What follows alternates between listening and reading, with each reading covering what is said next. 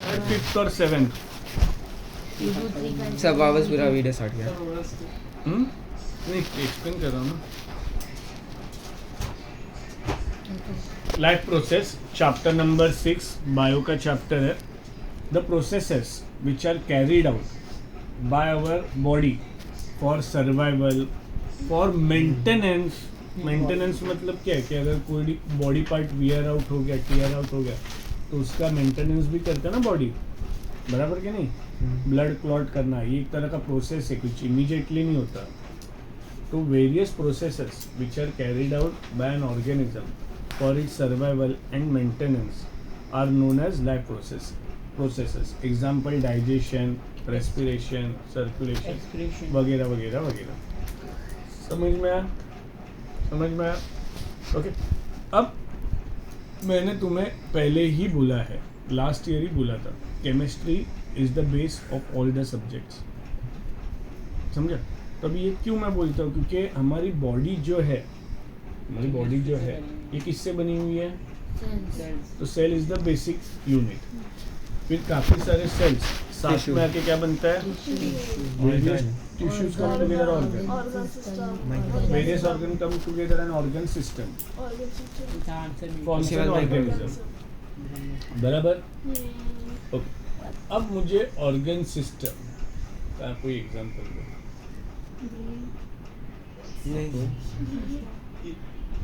वो ऑर्गन हुआ, organ system का एग्जांपल मैंने मांगा.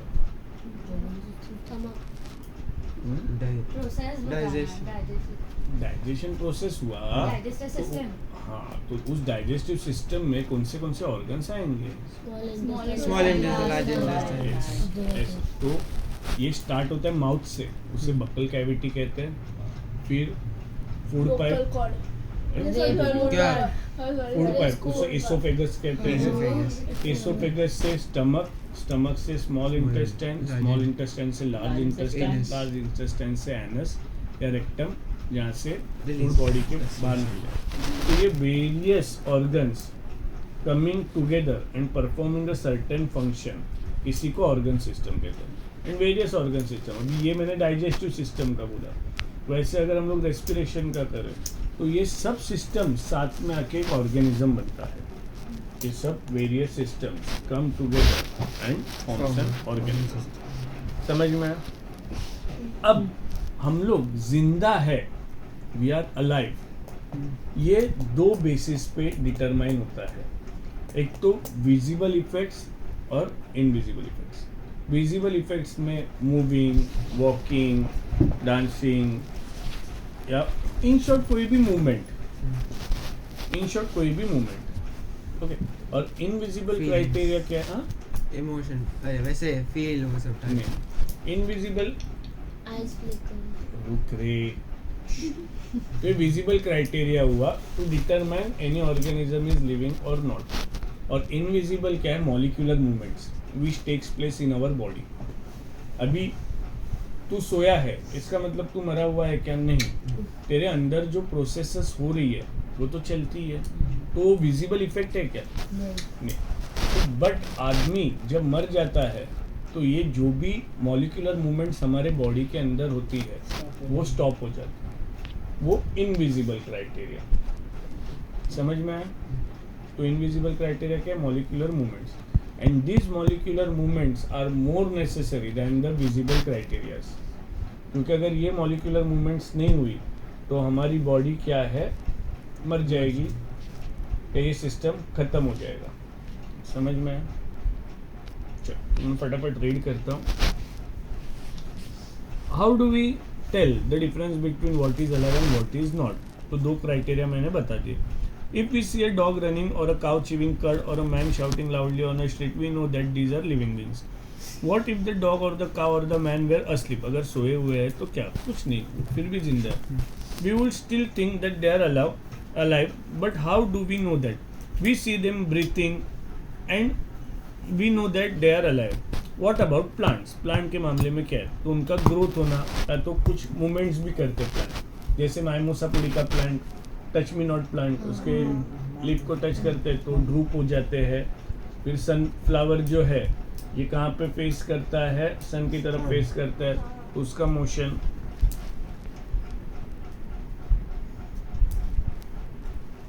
दे grow over time, so we know that they are alive, मतलब प्लांट्स ग्रो होते हैं इसके लिए पता चलता है कि वो जिंदा है. Some will say, in other words, we tend to think of some sort of movement, मतलब मूवमेंट है, आइदर ग्रोथ रिलेटेड और not, as common evidence for being alive. But a plant that is not visible growing is still alive, and some animals can breathe without visible movement. So using visible movement as a defining character of life is not enough. तो visible movement से हम लोग अगर life को explain करें तो फिर वो सफिशिएंट नहीं है. Movement over very small scale मतलब मॉलिक्यूलर लेवल पे जो मूवमेंट्स होते हैं will be invisible to the naked eye. Such movements are known as movements of molecule. For example, is this visible molecular movement necessary for life? Yes. If we ask this question to professional biologists, they will say yes. अब in fact एक organism है जैसे भी corona का virus, अभी ये लोग social distancing या उसके ऊपर मतलब लॉकडाउन वगैरह क्यों कर रहे थे? सेफ्टी के लिए, वैक्सीन बनाने के लिए. ये हो गया जनरल लैंग्वेज में. साइंटिफिक टर्म में क्या था कि कोरोना जो है स्प्रेड कम्युनिकेट, एक्सप्लेन करने का, कोरोना जो है ये एयर में जिंदा नहीं रह सकता, एयर में जिंदा नहीं रह सकता, उसको लिविंग होस्ट चाहिए. अगर अभी तेरे अंदर कोरोना के जर्म्स है, इससे उसके बॉडी में चले गए तो फिर वो वायरस जो है उसको भी इफेक्ट करेगा. बट तू अगर आइसोलेटेड है, वो लोग रखते थे ना आइसोलेशन में, आइसोलेटेड है, तेरे बॉडी में से अगर कोरोना निकल भी रहा है तो भी वो हवा में आते ही मर रहा है, बराबर. तो फिर कोरोना के साथ इशू ये है, कोरोना या कोई भी वायरसेस, मेरे को 2-3 माइक्रो ऑर्गेनिजम्स के नाम बोल. प्लांट एनिमल है, बैक्टीरिया, प्लांट, क्यों क्या पता क्या माना. गजा सेल वॉल होता है, समझा. तो फिर ये वायरसेस जो है ये क्या है, अभी इन जनरल एयर में ये इनएक्टिव रहते हैं, बट जैसे उसको लिविंग होस्ट मिल गया ये एक्टिव हो जाते हैं. तो ये कितना कॉम्प्लिकेटेड ऑर्गेनिज्म है. तो पता नहीं डेड के लिए. हाँ, तो in fact viruses do not show any molecular movement in them until they infect some cell. तब तक वो किसी होस्ट सेल में नहीं जाते. And that is partly why there is a controversy about they are truly alive और not. सच्ची में वो जिंदा है या नहीं है, ये कंट्रोवर्सी है. Why are molecular movements necessary for life, ये इंपॉर्टेंट क्वेश्चन है. मॉलिक्यूलर मूवमेंट्स नेसेसरी क्यों है? We have seen in earlier classes that living organism are well organized structure. हम लोगों ने देखा living organism well organized structure है, जैसे ये. They can have tissues have cells have smaller components in them. Cell के अंदर smaller components कौन से होते हैं? न्यूक्लियस. मतलब cell organelles, mitochondria, Golgi bodies. Cells have smaller components in them and so on. Because of the effects of the environment, disorganized order nature of living structure is very likely to keep breaking down over time. मतलब जैसे जैसे time जाएगा due to the environmental factor, germs, micro organisms, हमारा जो system है ये काम करना बंद हो सकता है, रुक सकता है, उसमें प्रॉब्लम्स आ सकते हैं. तो इसके लिए लाइफ प्रोसेसेस ज़रूरी है for maintaining them, for repairing them, for survival. So living creature must keep repairing and maintaining their structure. Since all these structures are made up of molecule, they must move molecules around all the time. तो इसीलिए मैं बोलता हूँ कि chemistry आ गया यहाँ पे. Okay, अभी मैं सेल का डेफिनेशन अगर एक्सप्लेन करूँ तो various atoms combining together and forming a living unit. कुछ एटम्स या मॉलिक्यूल साथ में आते हैं और एक लिविंग यूनिट बनाते हैं, उसे हम लोग सेल कहते हैं, living unit. Water maintenance processes, nutrition, respiration are the maintenance process. अभी मैं जो तुम्हें बोल रहा था कि तुम्हारे जो टेक्स्ट बुक है, टेक्स्ट बुक में एक कलरफुल तो होती नहीं है सीबीएसई की बुक्स, साथ ही साथ वो किस बारे में बता रहे वो पता नहीं होता। तो मैं तुम्हें फोटोज भेजता हूँ वो किस बारे में कहाँ पे बता रहे, तो तुम्हें आइडिया रहेगा कि इस पार्ट में इसके बारे में बात हो रही है। नहीं तो तुम लोग बैरली पढ़ोगे, अगर तू अभी ऐसे तू पढ़ेगा द मेंटेनेंस फंक्शन ब्ला ब्ला ब्ला ब्ला ब्ला ब्ला ब्ला, तो पता ही नहीं चलेगा कि वो आखिर कहना क्या चाह रहे, किसके बारे में बता रहे। अभी ये जो फर्स्ट पैराग्राफ है यहाँ पे वो लोग न्यूट्रिशन के बारे में बता रहे हैं। तुमको टेक्स्ट बुक से पढ़ा ही नहीं रहे, गधे ही है ना, हम लोग को पीडीएफ हमको से पता है, हमको पता है एडुएट से पढ़ा रहे। उसमें मैं खुद आता है, एडुएट बनाया, एडुएट से पढ़ा रहे। बट टेक्स्ट बुक को हाथ भी नहीं लगाई है किसी ने एसएसटी साइंस एक्सेप्ट मैथ्स, किसी ने भी हाथ नहीं लगाया। अरे poster processes, the maintenance function of living organism must go on even when they are not doing anything particular. मतलब particular मतलब बस तू सो रहा है, कुछ खास काम नहीं कर रहा है, फिर भी तेरी एनर्जी कंज्यूम होती है, फिर भी तेरी एनर्जी कंज्यूम होती है। कैसे? हाँ, कैसे? ये जो लाइफ प्रोसेसेस चलते हैं ना इनके कारण।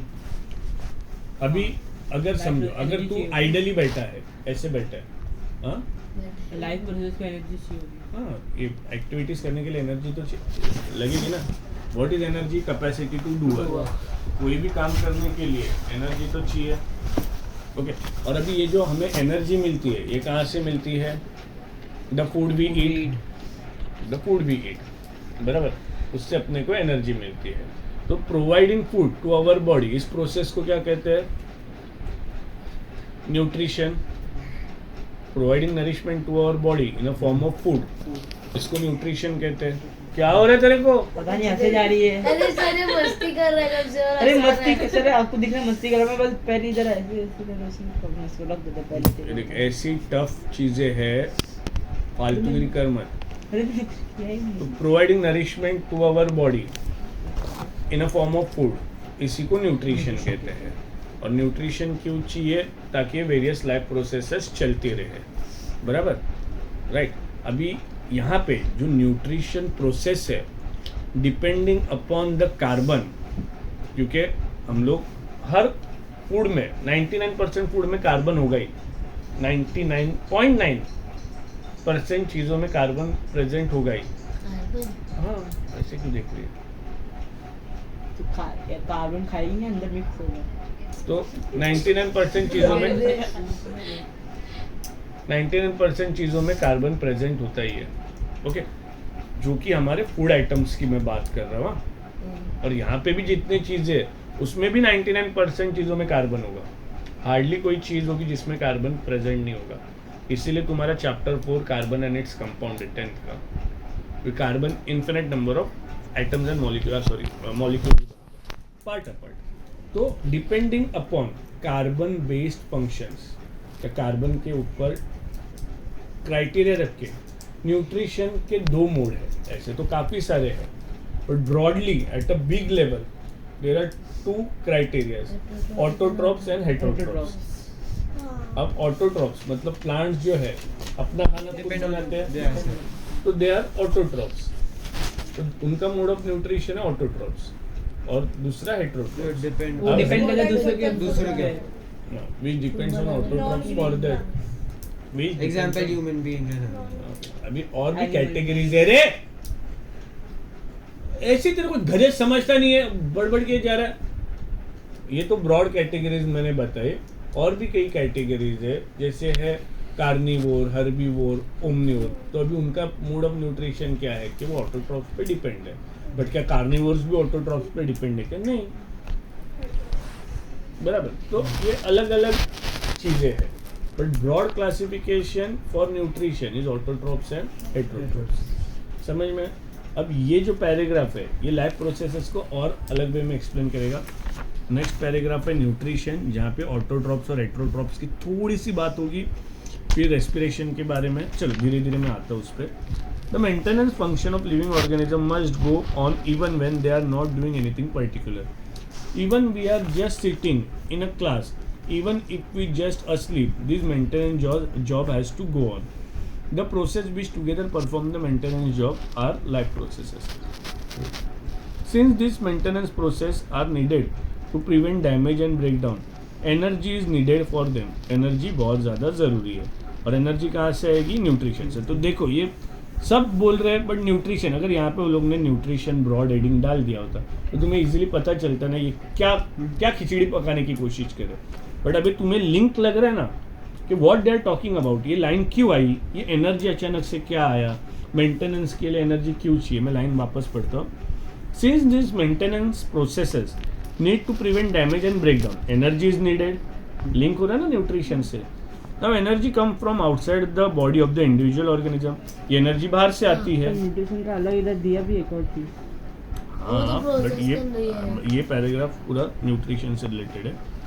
सो there must be process to transfer a source of energy from outside the body of the organism which we called food to the inside, मतलब बाहर से खाना अंदर आना चाहिए। अ प्रोसेस भी commonly called nutrition. If the body size of the organism is to grow, additional raw material will also be needed from outside. Since life on earth depend on carbon based molecule, life depend किस पे? carbon based molecule.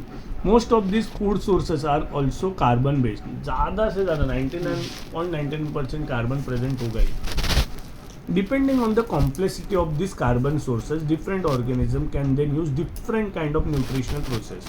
Different kind of nutritional process मतलब autotrophs और heterotrophs. Now यहाँ पे वो लोग respiration की बात करें। अब रेस्पिरेशन तेरे हिसाब से क्या है? ब्रीथिंग बोला लाफा ही दूंगा पहले शान करके। अरे रेस्पिरेशन क्या है? मतलब जो बॉडी में जो चीजें होती है समझा दो यार मुझे।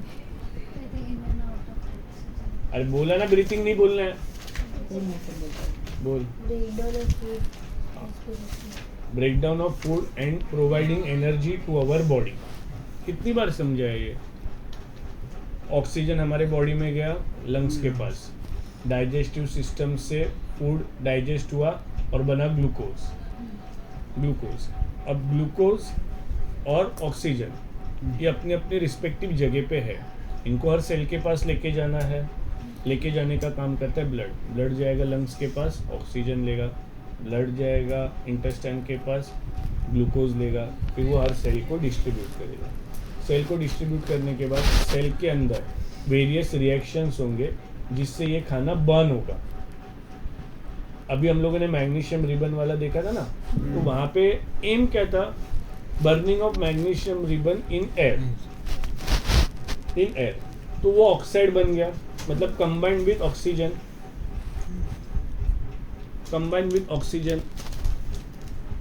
ऑक्सीजन। ओके, तो यहाँ पे भी फूड अगर ऑक्सीजन के साथ कंबाइन हो रहा है तो हम लोग उसे स्लो कंबशन ऑफ फूड भी बोलेंगे, क्योंकि वहाँ पे कोई ब्लास्ट वगैरह नहीं होता, आग वगैरह नहीं निकलती। समझ में आ रहा है?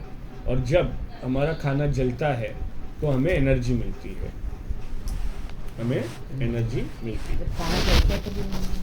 फूड के साथ ऑक्सीजन कंबाइन होता है, मतलब उसे स्लो कंबशन ऑफ फूड कहते हैं। और स्लो कंबशन मतलब वो रिएक्शन होने के बाद ही एनर्जी रिलीज होती है ना। अब जब ये एनर्जी रिलीज होती है,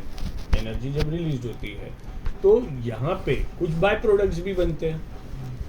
क्या लगता है तुझे बाय प्रोडक्ट्स बनेंगे?